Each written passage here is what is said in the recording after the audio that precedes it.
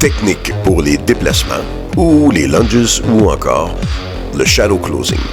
Alors, on partira pas avec les pieds sur une ligne linéaire. On va toujours avoir un pied en avant de l'autre et le corps va être droit devant l'adversaire. Et pour me déplacer, je vais me propulser.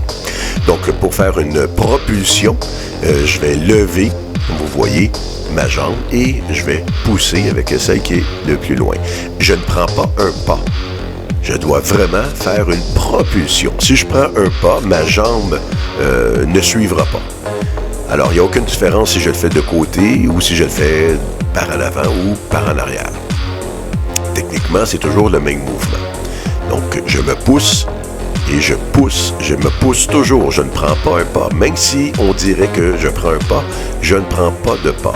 C'est le même mouvement pour ceux qui ont fait un peu de compétition ou qui ont exercé un peu les techniques du sabre, de l'épée ou du fleuret.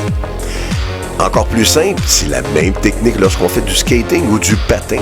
Donc, je vais pousser sur ma jambe pour me déplacer. Donc, c'est une propulsion.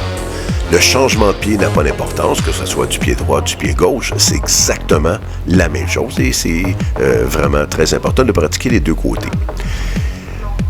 C'est la même chose lorsque je vais donner un coup de poing, lorsque je vais donner une frappe.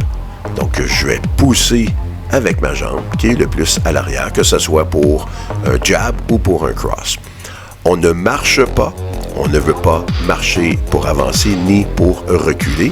On veut toujours se propulser par à l'avant ou par à l'arrière. Toujours, toujours, toujours. Ceci évite de rencontrer, si jamais on rencontre, c'est-à-dire des obstacles, on va pouvoir les sentir. Et voilà, bonne pratique.